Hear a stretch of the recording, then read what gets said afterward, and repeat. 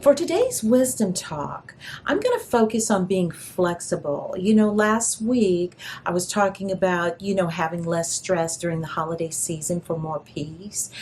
And, some things came up for me over the weekend.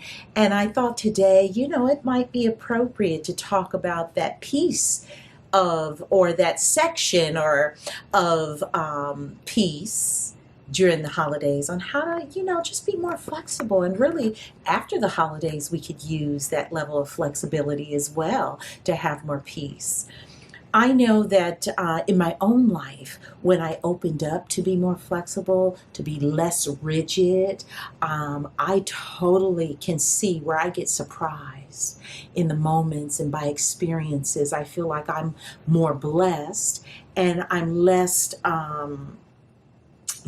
anxious and rigid in my thinking and how I'm operating. And so I just wanted to spread that bit of wisdom to you. And so I thought about some points to hit as it relates to the flexibility, right? So let's hit with people.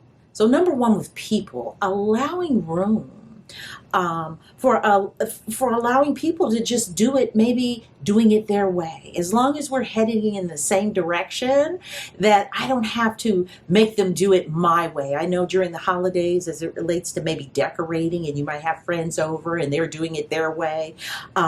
You know what? You can get out of your emotions or your feelings, or you're cooking, or maybe you're even, I want to say, planning. I know I'm planning a holiday celebration with various couples, and so we're all doing it together and not really getting in my head about how to do it, what's right or what's wrong. And so that's you allowing people a room to do it multiple ways and not just maybe your way.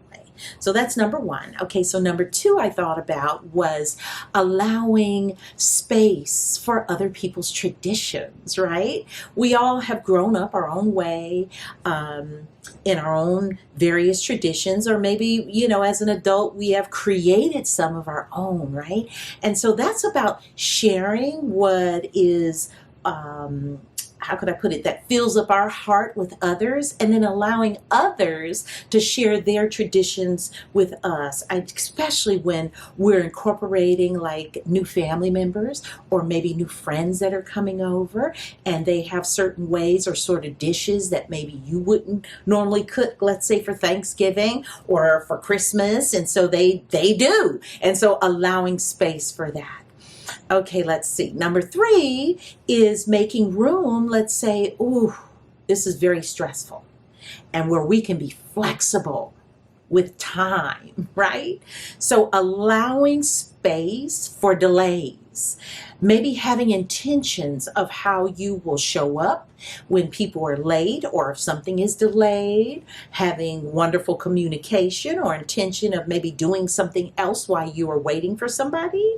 But that could certainly help your level of peace. So being flexible with people, allowing space for new traditions, being flexible with delays in your time.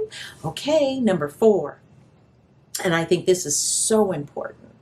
And this is being flexible with yourself, making room for things not working out exactly the way you wanted them to, allowing perfection to go out the window, allowing space for things not to go the way that you totally had planned, and it's okay. And releasing yourself, from the thoughts of what you might believe other people are thinking, because it doesn't matter what other people are thinking. Let them have their thoughts, and you just operate, in my last point, in love. In love for yourself, in love for others, in love with the process and what is happening, in love with what you can gain from the process and what is happening, and just, again, allowing space for the experience and for the moment. And you will have a much more peaceful holiday season.